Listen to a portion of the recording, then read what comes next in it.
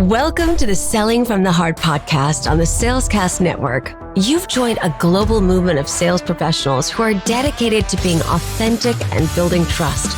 We call it Selling from the Heart. Together, we are on a mission to bring sincerity and substance to the sales profession we all love. Get ready to be inspired and equipped as we join our hosts, Larry Levine and Darrell Amy.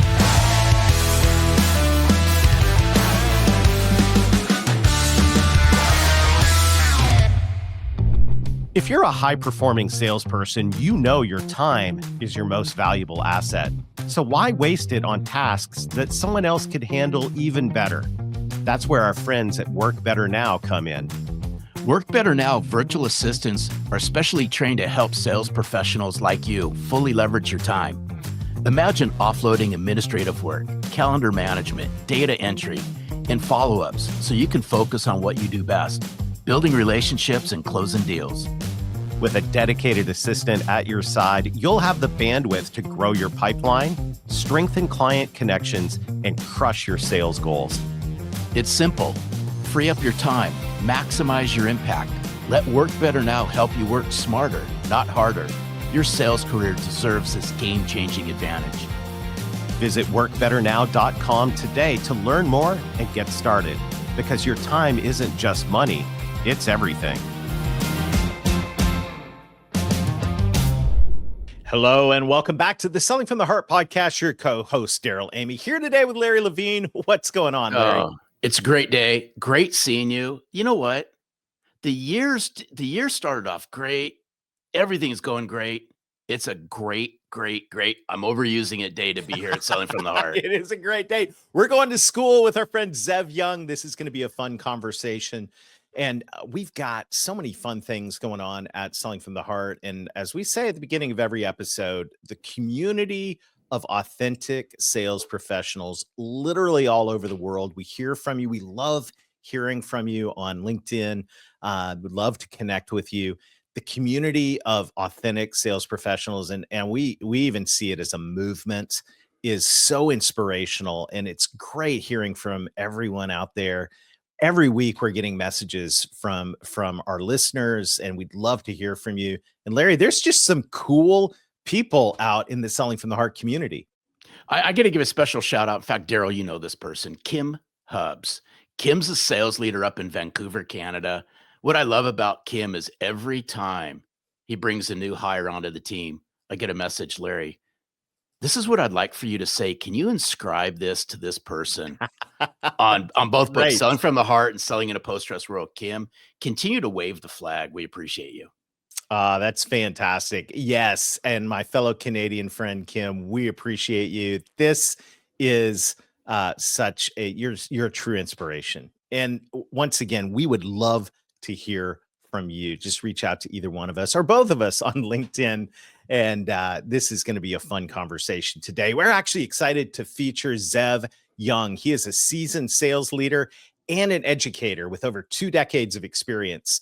As an adjunct professor at Bentley University, Zev teaches and mentors future sales leaders, emphasizing the importance of authentic relationships and effective communication.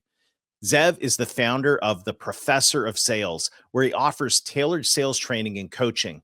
And his work focuses on personal development and peak performance, leveraging his extensive corporate sales leadership background. We're excited here today to have Zev as he shares practical tips for enhancing sales strategies and building strong professional relationships. Zev, welcome to Selling from the Heart. It's awesome to have you here. Even better to be here. I've watched you guys from afar. It's great to be with both of you. I'm kind of in awe. I can't believe that I'm on this podcast. Oh, stop, dude. Come on. Ready to go. The feeling is mutual. The professor's in the house. And as we get started, Zev, you know the question that every guest on the Selling from the Heart podcast answers, and that is, what does it mean to you to sell from the heart? Yeah, it's a great question. I think it's you have to make sales personal. There has to be a personal connection to the client and the customer. In my research, in my teaching, if the top 1%ers, the people that do this job and do sales best, are the people that make it personal. that really have an emotional attachment to the customer, but also to what that product and what the process is. So selling from the heart for me is how personal can we make that sale? And then how then can you carry that sale all the way through and build those foundational relationships? Oh, this is good. And you use the personal word that's near and dear to me. And I'm a big Marcus Lemonis fan. And for those of you guys who don't know Marcus Lemonis, right, you can see him on CNBC. I think he's the CEO of Camping World. And he has this reality show called The Prophet. And I remember he said, he buys struggling companies, right? Struggling small businesses. And he says, listen, he goes, in order for me to really get to know you, it has to be personal. In order for me to buy in and help your business, this has to be personal. So I'm going to spin this around, Zev. And then, by the way, we're going to have a great conversation. Why is it that so many people struggle to make this personal and they only focus on the business side of this?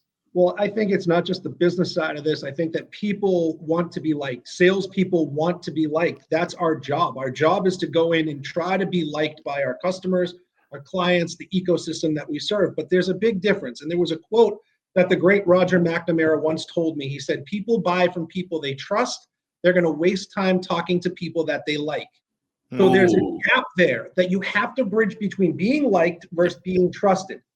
And so then the key teaching is, all right, everybody in sales or 99% of the people in sales are liked, but the top 1%ers are trusted. So that how do you bridge that gap between being a liked person and then being the most trusted individual for those customers or clients that you serve? It's funny. I've never heard a salesperson say, I want to become my prospect's most liked advisor. Right. And we had an amazing conversation last episode with Stephen M.R. Covey about the speed of trust and how critical that is. And I think what you've said there is, it was like Larry likes to say, it's a writer downer on this, because we need to get that position of trust. Powerful, powerful.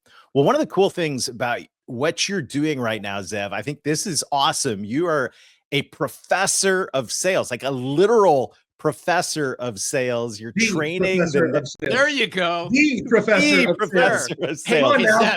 Is that trademarked? That's capital? Of course it is. Capital THE. The Ohio State, the professor of sales. Ladies and gentlemen, the professor of sales. What's cool, though, is you literally have a front row seat to the new generation of salespeople that are coming on board as you're teaching a class in classes in sales at a university. What are you seeing out there in terms of what's got you excited and maybe what's got you concerned about the new generation coming on board into the sales profession? I think the sales profession is evolving. Like anything over time, sales has evolved from 15 years ago to where it is now. And certainly 15 years from now, it'll look completely different. Technology has changed the paradigm for how sales professionals integrate with their clients and customers. It's easier these days. It's more nimble. It's more at your fingertips. So in the clientele, so to speak, the students are more adept at that than ever before. What I'm seeing and what I love with my classes, I have a variance of students that come into the Bentley University effective selling class.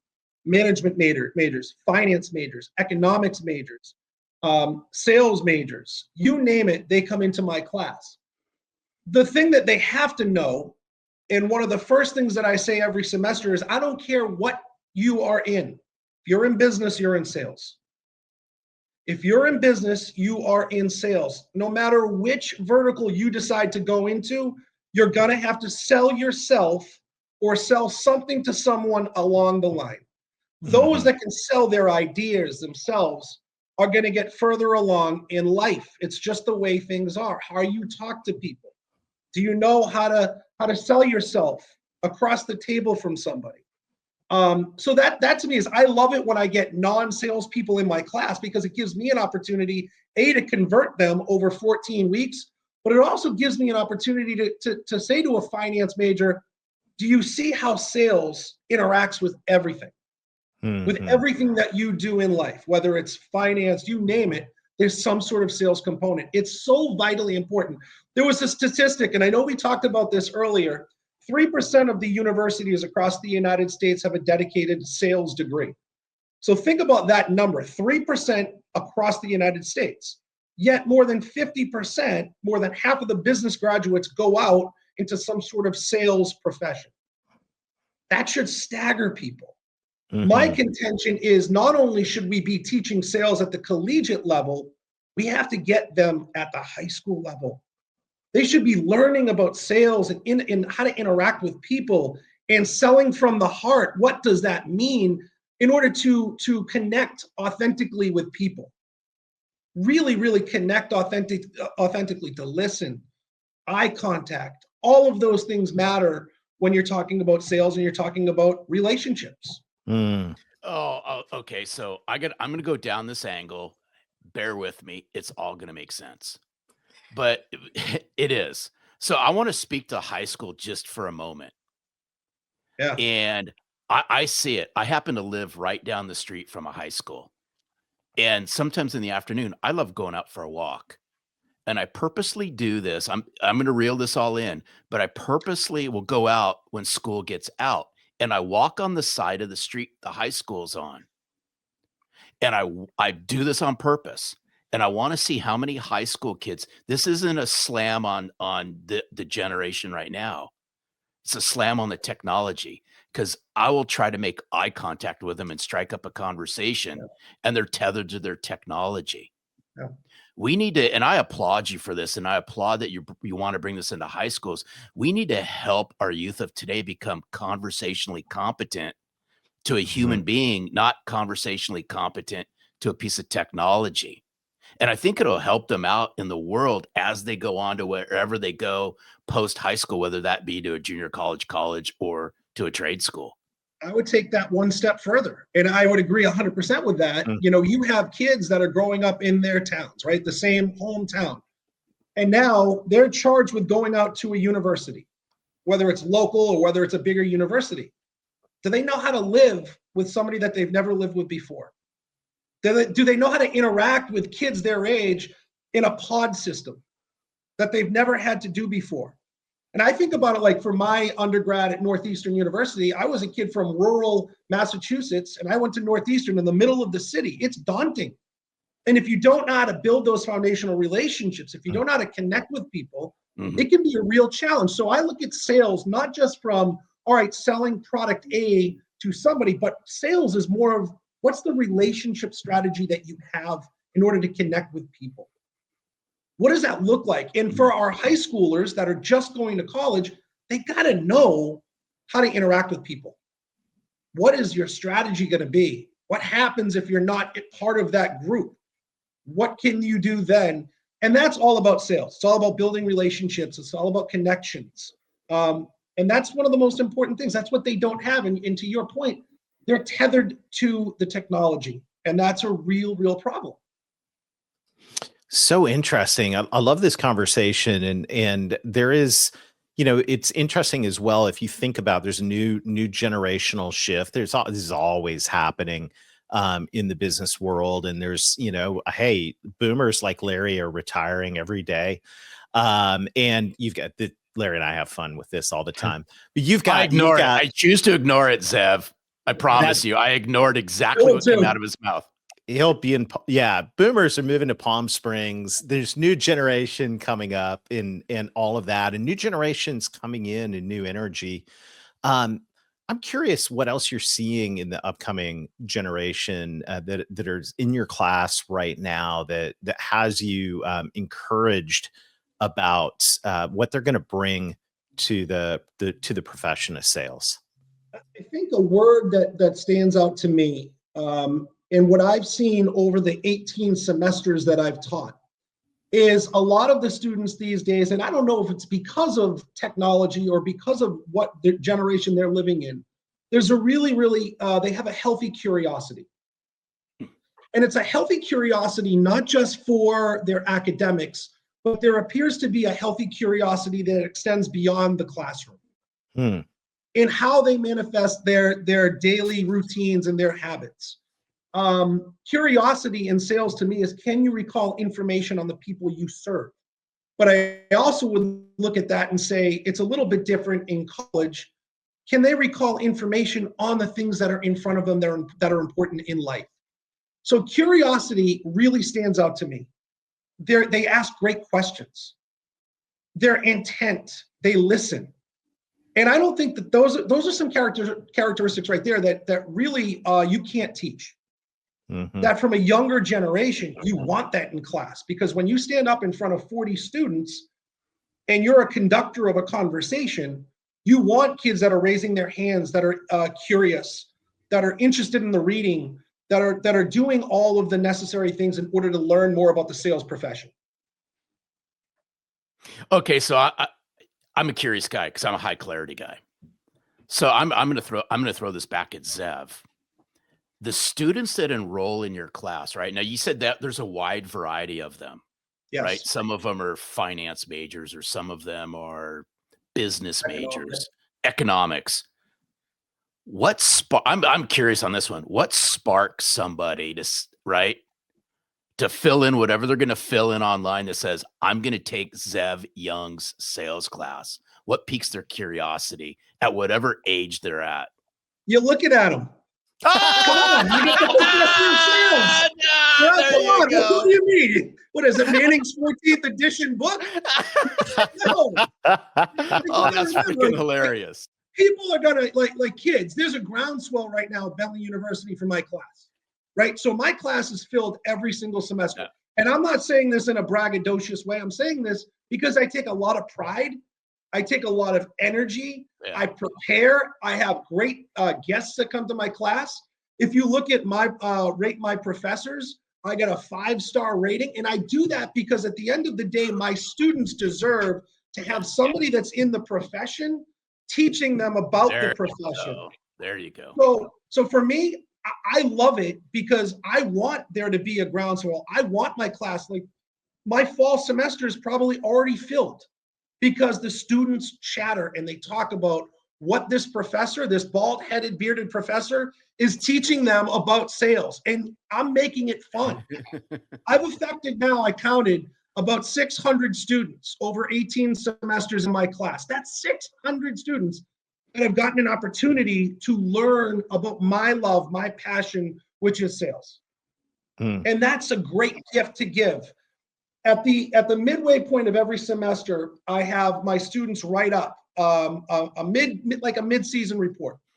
What were your expectations leading into the class, and where are they now, halfway through?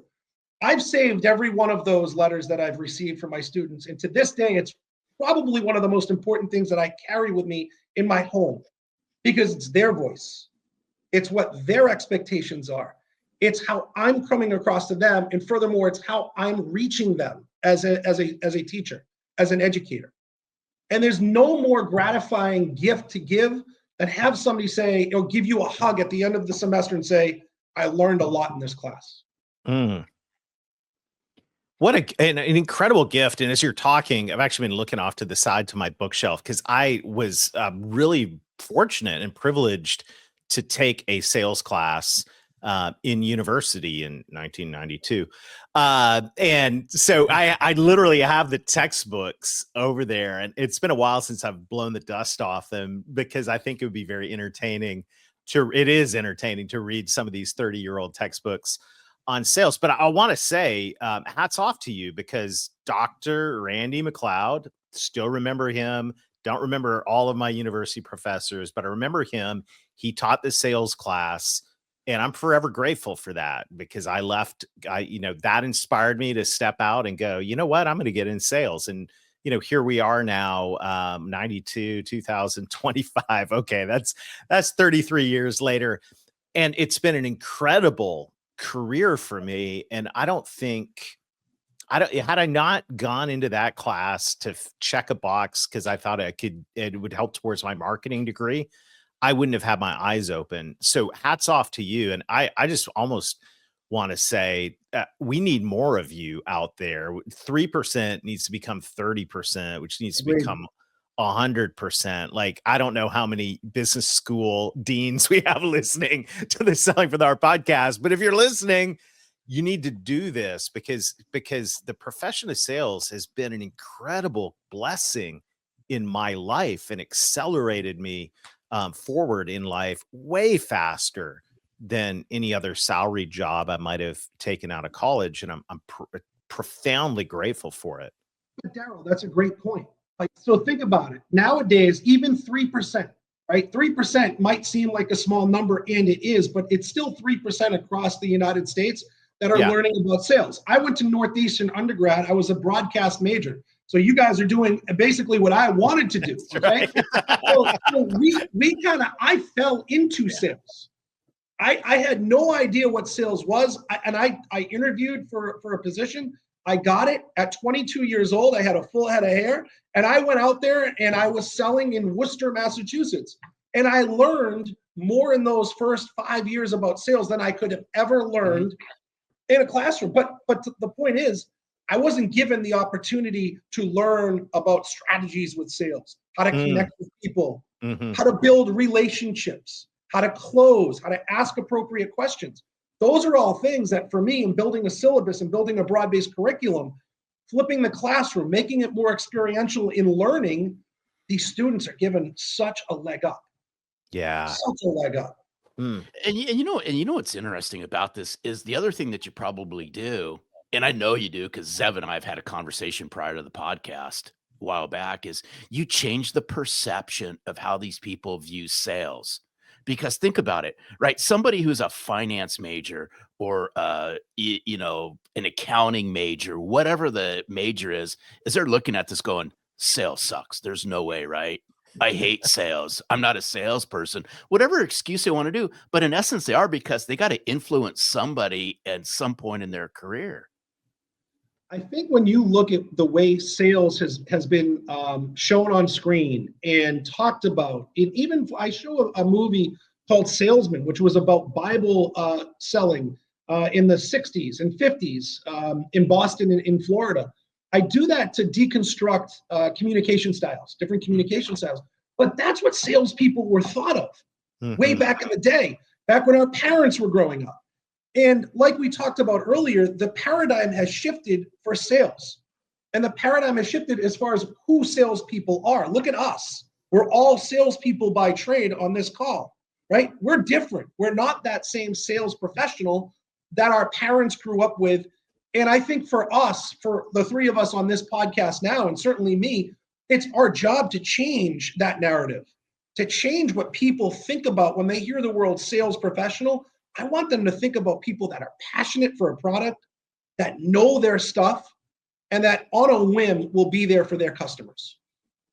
I love it. I love it. You know, as we're thinking through this together as well, Zev, I'm thinking about, I'm always thinking about, like, everyone should knock on the door of the dean of their local university and in the School of Business and go, hey, do you have a sales program? Sales leaders, you definitely should do that. Like, encourage this, get a pipeline of stuff going in your local area. But the other thing is, I'm just thinking about all of our friends who are tenured sales professionals. We're listening in. What a gift could it be to mentor someone younger than yourself? And I think back, and even as you're sharing some of this, I'm reflecting back to my early days as well. And, 21 years old, going out in the world of sales. I didn't have anyone to mentor me. But I'll tell you what, mentoring someone like that, the benefit, I believe, to someone who's older is it's going to bring you back to the heart of all of this and bring you back to the core, and even the fundamentals, maybe stuff you've lost along the way or gotten a little sloppy in. And I think there's something beautiful about the older generation paying it forward to the younger generation. You're doing it at scale in a classroom, but I think that's something that all of us could be doing. What do you think? 100%. And you said a word that's really important to me, and I'd be remiss if I didn't mention mentorship is so vital. First 2 semesters at Bentley, I kind of went my own way, built my syllabus, built my curriculum, but there was something missing. And intrinsically, after the semester was over, I knew that there was an educational gap that I needed to fill. So my mentor is a gentleman named Jack Falvey. And Jack Falvey, I met with him in August 3 years ago, and it was supposed to be a half-hour meeting in Andover, Massachusetts. And it lasted for 3 hours. And Jack had taught a similar course as mine at Boston College years ago. He revamped how I interact with people, revamped how I interact with students. He made it more of like experiential in nature than book and tests. And I think from what we're talking about and what we started with, how technology has changed, how the salesperson has changed, how we teach and educate can change. So the book and the tests don't work with a sales curriculum. So group work, individual role plays, going through and looking at case studies, building something as a team, deconstructing the build. I have them build a spaghetti tower in class because it teaches students about leadership, about core responsibilities, about delegation, about time commitments, time frame, about building, about having a pre-call plan or an analysis. So things of that nature are why students want to take my class, because it's not going through chapter and verse. It's more of a hands-on experience. And I look at my class and I think I liken it to a sales experiment lab. We're free in that class to experiment and do different things and seek truths that maybe other classes you can't do. In a finance class, you're looking at books and problems, and there's a right or a wrong answer. In sales, as all three of us know on this call, there's really not a right or wrong answer so long as you don't anger the customer. You can still get to close and still get the business, and there's all these circuitous routes that you can go to get there. My class teaches those circuitous routes to get there. Have fun doing it. Oh, this is so good. I just got to ask if you'd be open to sharing. So you got 18 semesters at Bentley doing this. There has to be one shining student, somebody that stands out head and shoulders above anyone else that has gone on from Bentley that's come back and say, Zev, I took your class. It helped me do this, and now I'm doing that. Zev, you're on. What was it? Yeah, there's one that stands out to me, Nick Pappas. And Nick is going back. I think he's getting his MBA at Bentley. But Nick was one of those kids in the front row 2 semesters ago. And I introduced the class to something called SW to the third equals N. Do you guys know that secret sales formula? No. You've never heard that? No. We're about to learn from the professor. N? Some will, some won't. So what? Next. Right? So my whole thought process around sales was that's what we teach. Some are going to buy from you, some won't. So what? Next. That's the mindset that you have to have. And Nick really personified that and leaned into that mindset through the semester. We talk about curious, you talk about inquisitive, you talk about asking questions. He was the guy that did that. And I got to give props to him, Nick. He was a great student, an even better person, and somebody to this day I still keep in contact with. Captain of the Bentley baseball team. He worked tirelessly to attain that captainship, and he did it by the interpersonal relationships that he's able to form. So kudos to Nick Pappas. Hopefully we can get a shout out to him. Yeah. Awesome. We're cheering you on, Nick. What a great conversation, Zev. And I know as we're wrapping this up today, our listeners are thinking, how do I get more of Zev, the sales professor, in my life? Go to theprofessorofsales.com. There's a catalog there that you can go through and learn about me. My mentor and I, Jack Falvey, wrote a book called How the Best Get Better at Sales. It's a $50 e-download. And it's a little bit different than your regular sales book. I think Larry has a copy. These are more, the way that we structured our book was more about cases and how do you apply those cases to sales. Awesome. It's a little different than just saying, here's how you open a call. It's more of a thought-provoking book as far as how we teach and how we learn about sales. Love it. So theprofessorofsales.com. The Professor of Sales, Zev, thank you so much for sharing time You're with awesome. us today. It's been amazing. Thank you, guys. Appreciate both of you. Love being here. There you go. Love it. Hey, Darrell, I love this. I just got to bring this up. So when I was in college, right, you're going to slam me, but I was in college in the 80s. It's all good. Don't worry about it. Yes, I'm old.